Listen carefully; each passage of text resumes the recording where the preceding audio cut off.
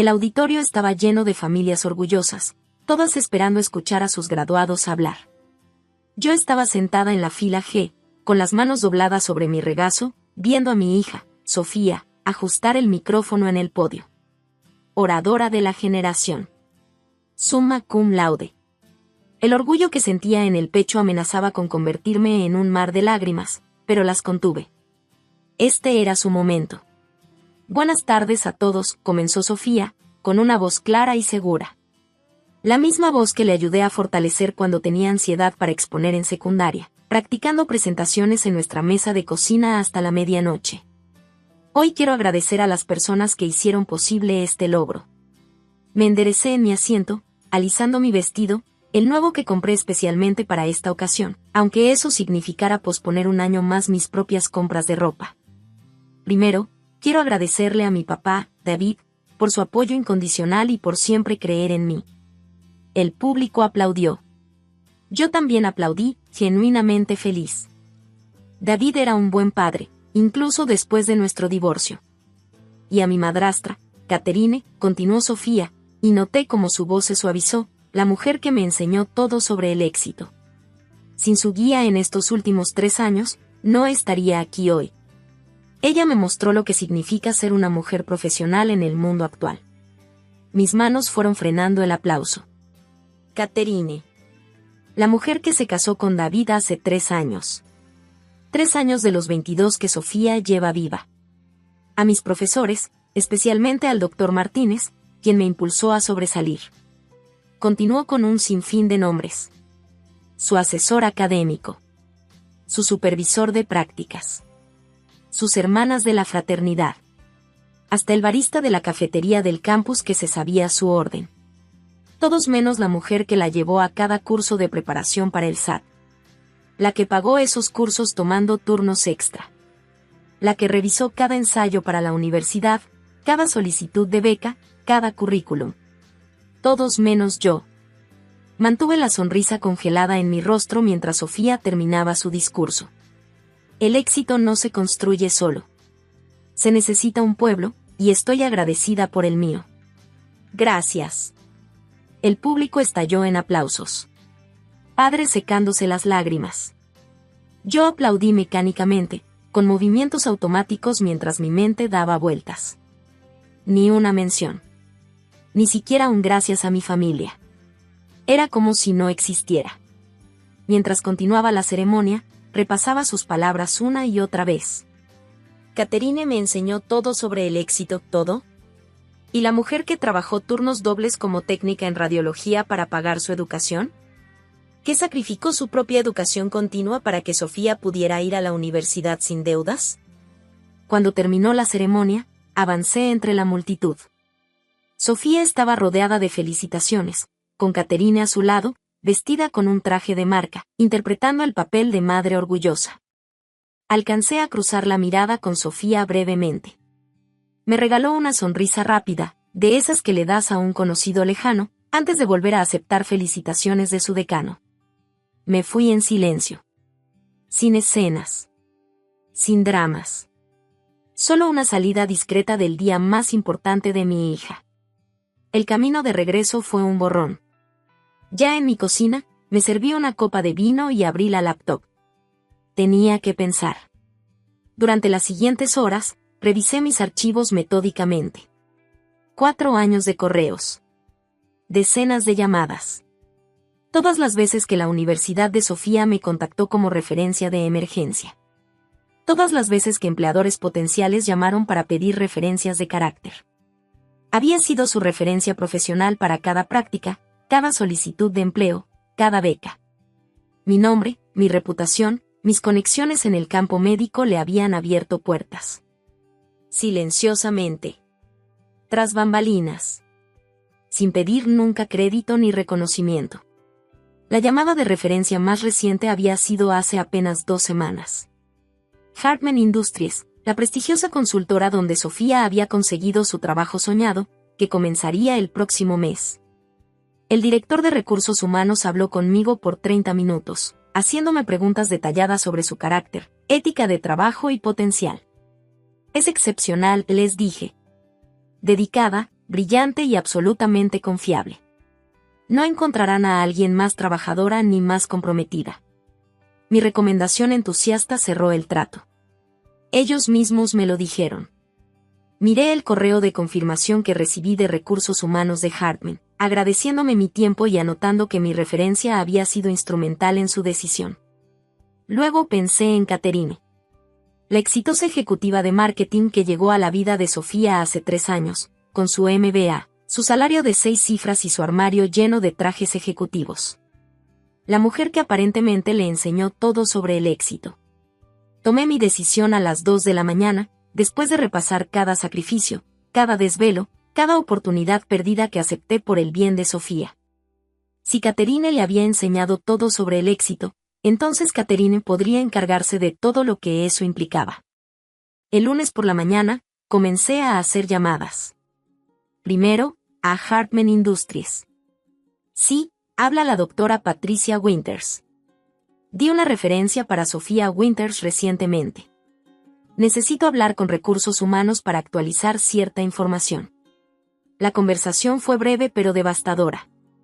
Expliqué que me había enterado de cierta información preocupante sobre la candidata que, por ética profesional, sentía obligación de compartir. Nada dramático. Solo que, al reflexionar, ya no podía recomendarla sin reservas. ¿Ha demostrado algún problema específico?, preguntó el director de RH. Digamos que recientemente he observado preocupaciones de juicio que me hacen cuestionar mi evaluación inicial. Creo en ser honesta y minuciosa en mis recomendaciones profesionales. El director me agradeció por mi integridad. La oferta sería reevaluada. Después, el seguro del auto. Sofía aún estaba en mi póliza, un detalle que aparentemente olvidó. Una llamada la eliminó. Que Catherine, con su exitosa carrera, cubriera ese gasto. El seguro médico a través de mi trabajo en el hospital, cancelado. El plan de celular, desconectado. La tarjeta de crédito que mantenía a su nombre para emergencias, cancelada.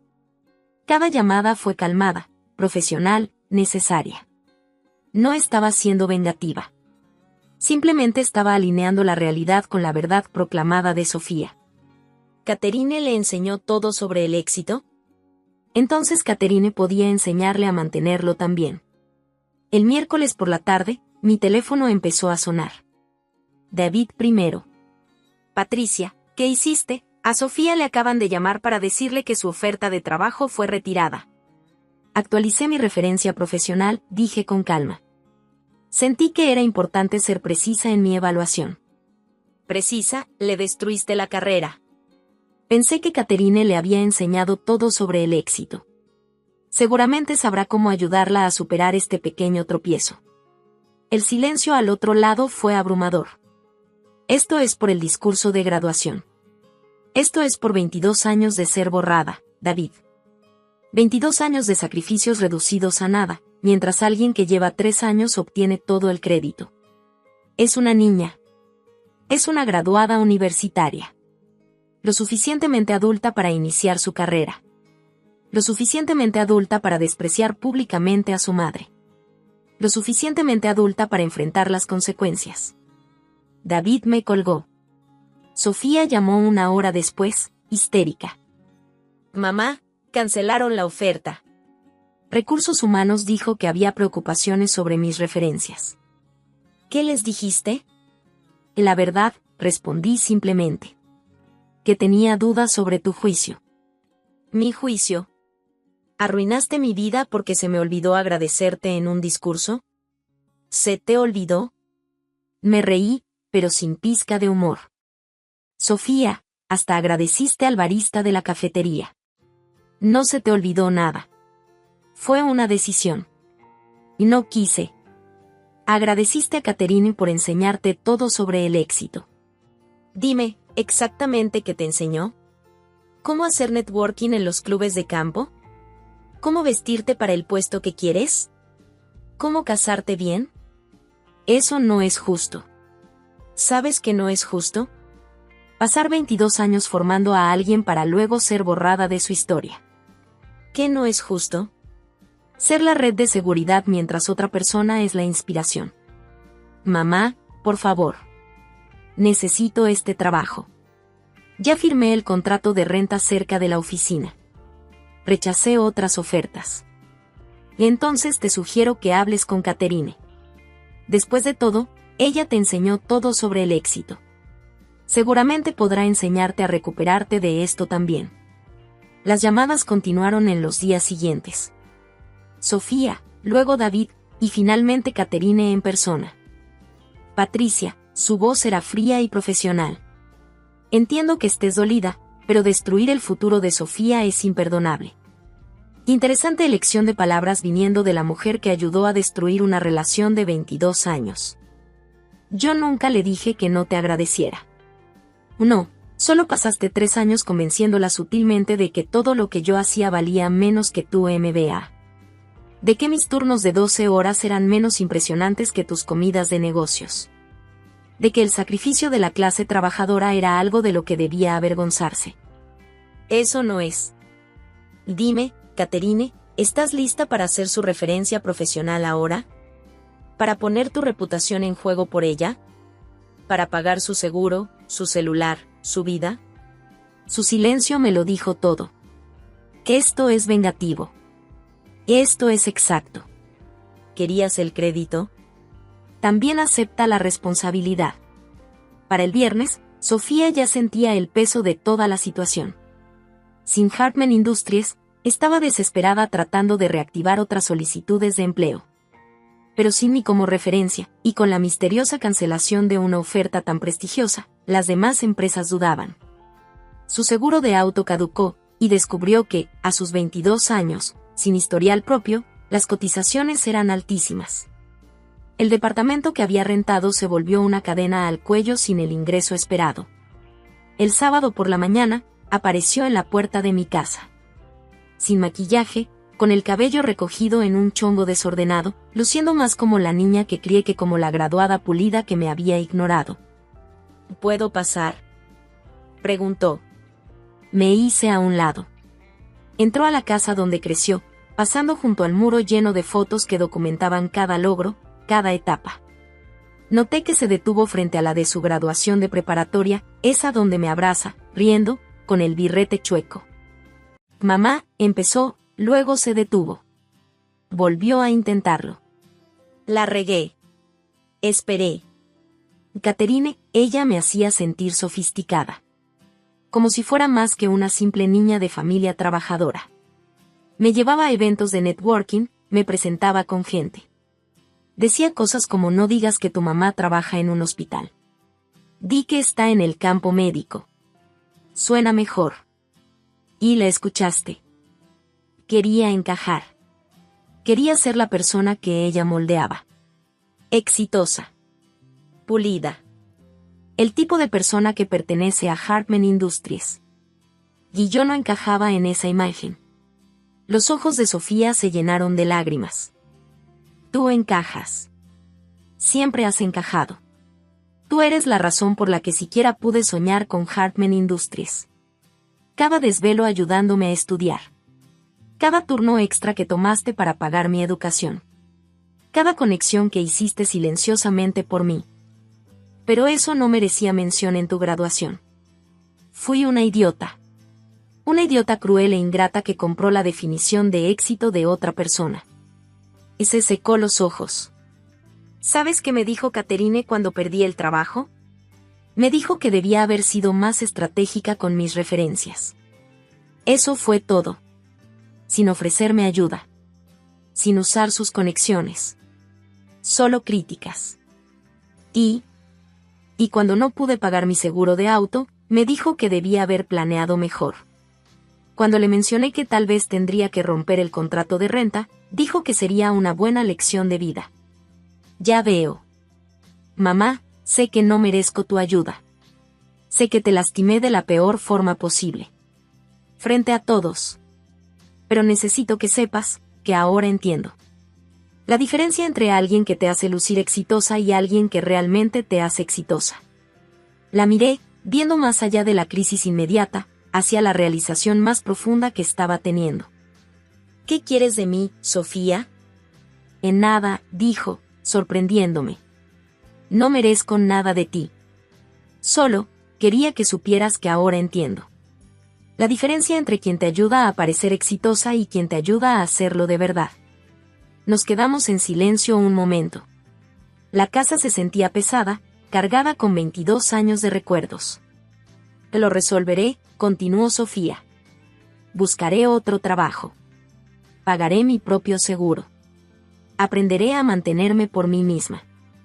Éxito real, no el que depende de las conexiones de otra persona. ¿Y Catherine? Catherine me mostró lo que ella valora. Las apariencias. El estatus. Las conexiones correctas. Tú me mostraste lo que tú valoras. El trabajo duro. El sacrificio. El amor incondicional. Estaba demasiado cegada por las cosas brillantes para verlo. Preparé café y hablamos durante 3 horas. No sobre el trabajo, ni el seguro, ni los problemas inmediatos. Hablamos de los últimos 22 años. De los momentos que ella recordaba. De los que había olvidado. De la lenta erosión de nuestra relación que ninguna de las dos había querido enfrentar. Me acuerdo, dijo en voz baja, cuando tenía 8 años y quería ser doctora. Me compraste ese kit de médico de juguete y pasabas horas siendo mi paciente. Llegabas agotada del hospital y aún así me dejabas examinarte con mi estetoscopio de plástico. Me diagnosticabas con la enfermedad de demasiado cansada y me recetabas galletas. Y te las comías. Siempre. Sonrió entre lágrimas. Catherine nunca haría eso. Demasiados carbohidratos. ¿Y ahora qué vas a hacer? Empezar de cero. Sin atajos. Sin usar tus conexiones. Sin colgarme de los méritos de nadie. Se puso de pie. Necesito ganarme mi éxito. De verdad. No solo heredar la red de otra persona. ¿Y el problema de las referencias? Seré honesta. Les diré que estoy reconstruyendo mi red profesional. Empezaré con empresas más pequeñas, demostraré mi valor, y poco a poco creceré. Como tú lo hiciste. La acompañé hasta la puerta. ¿Sofía? Sí, mamá. Sobre el trabajo en Hartman, necesito que sepas que no les mentí. Les dije que tenía dudas sobre tu juicio.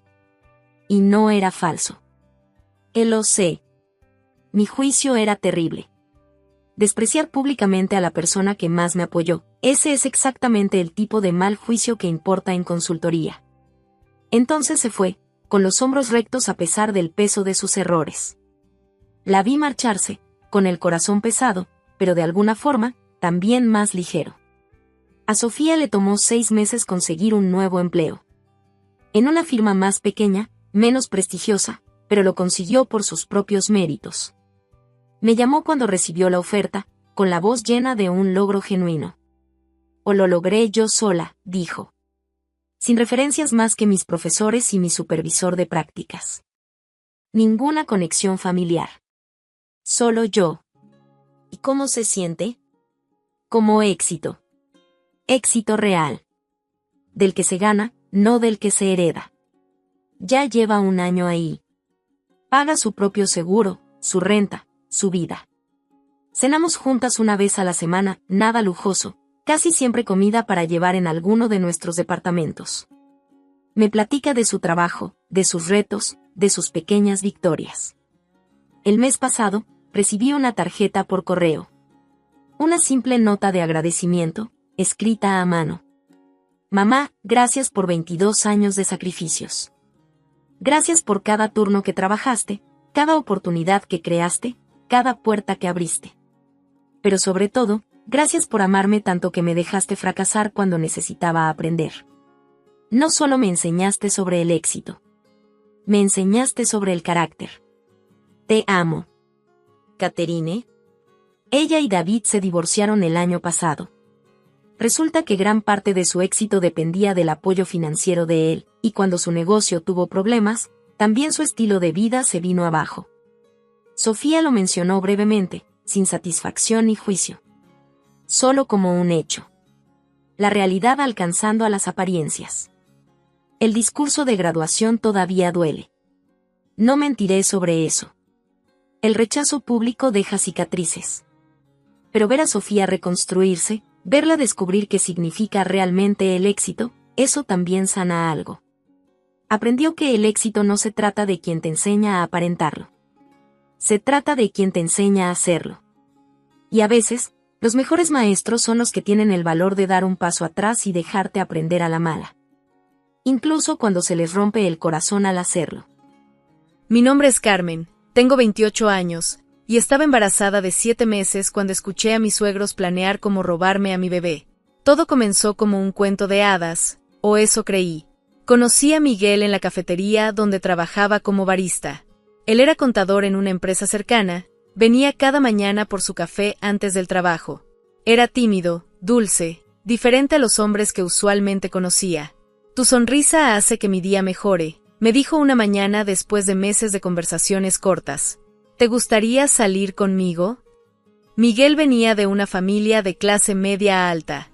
Su padre, Ernesto, era gerente bancario jubilado. Su madre, Beatriz, nunca había trabajado, dedicándose a ser ama de casa y a mantener las apariencias sociales.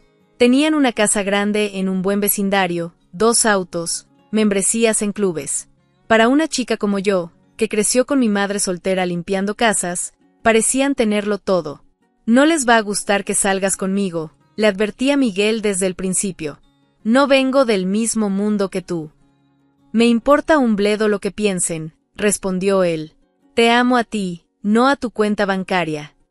Qué equivocada estaba al creerle. La primera vez que conocí a sus padres, supe que sería difícil. Beatriz me miró de arriba a abajo como evaluando ganado. ¿A qué se dedican tus padres, querida?, preguntó con esa falsa dulzura que perfeccionan las señoras de sociedad.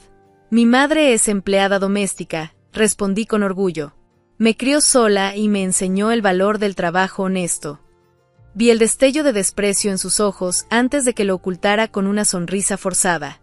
A pesar de la oposición velada de sus padres, Miguel y yo nos casamos un año después. Fue una boda sencilla, solo familia cercana. Mi madre lloró de felicidad. Los padres de Miguel parecían estar en un funeral. No teníamos mucho dinero. Miguel ganaba bien, pero no lo suficiente para comprar una casa en la economía actual. Cuando sus padres ofrecieron que viviéramos con ellos temporalmente mientras ahorrábamos, Miguel aceptó entusiasmado. Será solo por 1 año o 2, me prometió. En cuanto ahorremos el inicial, nos vamos. Debí decir que no, pero estaba enamorada y creía que podría ganarme a mis suegros con tiempo y paciencia. Los primeros meses fueron tolerables. Beatriz hacía comentarios pasivo-agresivos sobre mi ropa, mi comida, mi falta de educación universitaria. Ernesto simplemente me ignoraba, hablándome solo cuando era absolutamente necesario. Miguel trabajaba largas horas y parecía no notar la tensión. Todo cambió cuando quedé embarazada. Al principio, pensé que sería algo positivo. Un nieto podría unir a la familia, ¿no? Cuando le di la noticia a Miguel, lloró de alegría. Pero cuando se lo dijimos a sus padres, su reacción fue extraña. Un bebé, dijo Beatriz con una sonrisa que no llegaba a sus ojos. ¡Qué maravilloso! Ernesto solo asintió y volvió a su periódico. Conforme mi embarazo avanzaba, el comportamiento de mis suegros se volvió más extraño. Beatriz de repente estaba muy interesada en mi salud, insistiendo en acompañarme a las citas médicas. Ernesto empezó a hablar sobre el futuro del bebé y la importancia de una crianza apropiada. Los niños necesitan estabilidad, decía durante la cena. Buenas escuelas, actividades extracurriculares, oportunidades que solo el dinero puede comprar. Miguel y yo le daremos todo lo que necesite, respondía yo. ¿Con qué dinero?, replicaba él. Miguel apenas gana para mantenerte a ti. El golpe real vino cuando Beatriz empezó a redecorar el cuarto de huéspedes como nursery. Sin consultarme, compró cuna, cambiador, ropa de bebé de diseñador. Todo en tonos neutrales porque nos habíamos negado a saber el sexo del bebé. Es nuestro regalo, dijo cuando protesté. Nuestro nieto merece lo mejor. Algo en la forma en que dijo nuestro nieto me heló la sangre. Una noche, cuando estaba de 7 meses, Miguel tuvo que viajar por trabajo. Me quedé sola con sus padres. Después de cenar, Subí a acostarme temprano, pero el dolor de espalda me mantuvo despierta. Decidí bajar por un vaso de leche tibia. Estaba a mitad de las escaleras cuando escuché voces en el estudio. La puerta estaba entreabierta, y las palabras de Beatriz me congelaron en mi lugar. Cuando nazca el bebé, esperamos unos meses para no levantar sospechas, decía. Luego echamos a esa pobretona. ¿Y Miguel?, preguntó Ernesto. No va a abandonar a su esposa así como así. Miguel es débil, respondió Beatriz con desdén. Siempre hace lo que le decimos. Le diremos que ella es una mala madre, que el bebé está mejor con nosotros. Con el historial familiar de ella, no será difícil convencer a un juez. ¿Qué historial? Su madre limpia casas, Ernesto. Gente así siempre tiene problemas. Alcoholismo, drogas, lo que sea. Podemos inventar lo que necesitemos. Con nuestros contactos y abogados, nos quedamos con el nieto y ella no vuelve a verlo. Es cruel, dijo Ernesto, pero no sonaba muy convencido. Es necesario, replicó Beatriz. No voy a permitir que mi nieto crezca con las influencias de esa gentuza. Merece crecer como un verdadero Salinas, no como hijo de una sirvienta. Tuve que taparme la boca para no gritar. Mis piernas temblaban mientras subía silenciosamente las escaleras. En mi habitación, me senté en la cama, abrazando mi vientre mientras las lágrimas corrían por mi cara. Querían robarme a mi bebé. Habían planeado todo desde el principio. Por eso la amabilidad repentina, por eso el nursery, por eso las preguntas sobre mi familia. Pero ellos no sabían mi secreto. Cuando mi abuela murió el año anterior, me dejó una herencia que nunca mencioné a nadie, ni siquiera a Miguel. No era una fortuna, pero incluía una propiedad, una casa en la misma ciudad que había alquilado por años. Los inquilinos habían mudado hace 6 meses y la casa estaba vacía, esperando que decidiera qué hacer con ella. Esa casa estaba a solo 3 calles de donde vivíamos. Tomé mi teléfono y le escribí a mi madre: necesito que vengas mañana temprano. Es urgente. No le digas a nadie. El resto de la noche la pasé planificando. No podía confrontar a mis suegros directamente. Con sus recursos y contactos, podrían hacer realidad sus amenazas. Necesitaba ser más inteligente. A la mañana siguiente, mi madre llegó antes de que mis suegros despertaran. Le conté todo en susurros mientras preparábamos café. Esos malditos, dijo mi madre, sus ojos brillando con furia. ¿Cómo se atreven? Mamá, escúchame. Tengo un plan, pero necesito tu ayuda. Durante las siguientes 2 semanas, mientras mis suegros seguían con su farsa de abuelos emocionados, mi madre y yo trabajamos en secreto. Contraté a un abogado especializado en derecho familiar con mis ahorros. Grabé cada conversación con mis suegros. En mi estado, es legal grabar si eres parte de la conversación. Documenté cada comentario despectivo, cada insinuación sobre mi incompetencia como madre. Lo más importante, preparé la casa de mi abuela. Mi madre la limpió, la amuebló con cosas básicas que compramos de segunda mano. No era lujosa, pero era segura, limpia y mía. Miguel regresó de su viaje ajeno a todo. Actuó normal, pero yo lo observaba con nuevos ojos. ¿Realmente no sabía nada de los planes de sus padres? ¿O era parte de la conspiración? La respuesta llegó 3 días después. Estaba descansando en nuestra habitación cuando escuché a Miguel hablando con su madre en el pasillo. Mamá, Carmen es mi esposa. La amo. El amor es temporal, hijo. La familia es para siempre. Cuando te demos la señal, haces lo que te digamos.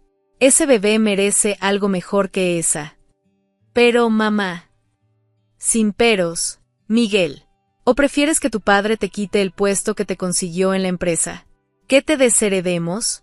Piensa con la cabeza, no con las hormonas. No escuché la respuesta de Miguel. No necesitaba hacerlo. Su silencio decía todo. Esa noche, durante la cena, decidí que era el momento.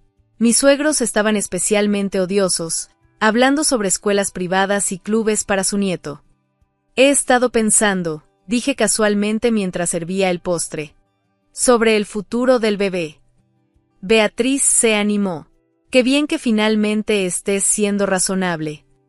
Sí, continué. He pensado mucho sobre qué es lo mejor para mi hijo. Y llegué a una conclusión. ¿Cuál?, preguntó Ernesto. Que lo mejor es que crezca lejos de ustedes. El silencio fue absoluto. Miguel me miró confundido. Beatriz parecía a punto de explotar. Disculpa, siseó. Me levanté, apoyando mis manos en mi vientre prominente. Los escuché. Hace 2 semanas. Planeando cómo robarme a mi bebé. Cuando nazca el bebé, echamos a esa pobretona, ¿recuerdan? No sé de qué hablas, mintió Beatriz, pero su cara pálida la traicionaba. Tengo las grabaciones, continué, de esa conversación y muchas más. Mi abogado las tiene todas. No puedes grabarnos en nuestra propia casa, gritó Ernesto. Ah, sonreí. Sobre eso. No es su casa. Saqué los documentos que había guardado por 2 semanas. Verán, cuando revisé los registros públicos, descubrí algo fascinante. Esta casa está a nombre de Miguel. Se la regalaron hace 5 años para evadir impuestos, ¿verdad? La cara de Ernesto se puso roja. Eso no significa nada. Es una formalidad. Una formalidad legal, corregí. Y como esposa de Miguel, tengo derechos. Especialmente considerando que tengo pruebas de un plan para separarme de mi hijo. Cualquier juez vería esto como violencia doméstica psicológica. Me volví hacia Miguel, que parecía una estatua. ¿Sabías de sus planes? Yo. Carmen, yo. Tu silencio es respuesta suficiente, dije con tristeza. Aquí están los papeles de separación. Ya están firmados de mi parte. No puedes hacer esto, gritó Beatriz. No tienes dónde ir. No tienes dinero. Tengo una casa, respondí calmadamente. La heredé de mi abuela. La misma abuela que ustedes llamaron sirvienta, sin saber que era dueña de 3 propiedades que alquilaba. El shock en sus caras casi valía la pena el dolor en mi corazón. Tienen 24 horas para sacar sus cosas de esta casa, continué. Como les gusta decir, es una cuestión legal. La casa está a nombre de Miguel, y como su esposa en proceso de divorcio con evidencia de abuso, tengo derecho a quedarme hasta que se resuelva la división de bienes. Miguel, gritó Beatriz. Haz algo. Miguel finalmente habló, pero no como esperaban. ¿Iban a quitarme a mi hijo? Por su propio bien, insistió Beatriz. Esa mujer no es de nuestro nivel. ¿Y yo sí lo soy?, preguntó Miguel con amargura. ¿El hijo que solo tiene trabajo porque papi lo arregló? ¿El esposo que iba a dejar que robaran a su bebé por miedo? Se levantó y me miró con lágrimas en los ojos. Carmen, lo siento tanto. Yo también, respondí, pero no es suficiente. Me fui esa noche a mi casa. Mi casa. Mi madre me esperaba con sopa caliente y un abrazo que me hizo llorar todas las lágrimas que había contenido. Mis suegros intentaron pelear. Contrataron abogados caros, trataron de usar sus influencias. Pero mis grabaciones eran claras, mis pruebas innegables. El juez no solo falló a mi favor, sino que emitió una orden de restricción contra ellos. Miguel y yo nos divorciamos. Fue sorprendentemente civilizado. Creo que la culpa lo comía vivo. Acordó pasar manutención sin pelear, y establecimos un régimen de visitas que no involucrara a sus padres. Mi hija nació 2 meses después. La llamé Esperanza, porque eso es lo que representa para mí. Mi madre estaba ahí, llorando de alegría. Miguel vino al día siguiente, solo, con flores y más disculpas. Mis padres se mudaron con mi tía en otra ciudad, me dijo. No los he visto desde aquella noche. ¿Los extrañas? Extraño a los padres que pensé que tenía, respondió con tristeza. No a los monstruos que resultaron ser. Han pasado 2 años. Esperanza es una niña feliz, curiosa, amada. Miguel la ve cada 2 semanas y está trabajando en ser un mejor hombre, lejos de la influencia tóxica de sus padres. Incluso consiguió un trabajo por mérito propio. Yo abrí mi propia cafetería con el dinero del divorcio. No es gran cosa, pero es mía. Mi madre me ayuda a cuidar a Esperanza mientras trabajo. Somos una familia pequeña pero fuerte. A veces pienso en Beatriz y Ernesto. Escuché que viven en un apartamento pequeño, que Ernesto tuvo que volver a trabajar a sus 65 años, que Beatriz vende cosméticos por catálogo. La casa que creían suya fue vendida para pagar las costas legales y la manutención adelantada. Querían quedarse con mi hija porque era lo mejor para ella. Porque una niña no debería crecer con gentuza como yo. Resulta que la gentuza sabe proteger a los suyos. La gentuza tiene casa propia, negocio propio, dignidad propia. Y mi hija crecerá sabiendo que su madre, la hija de una empleada doméstica, fue más inteligente que todos ellos juntos. Beatriz tenía razón en algo, mi hija merecía algo mejor. Por eso la alejé de ellos.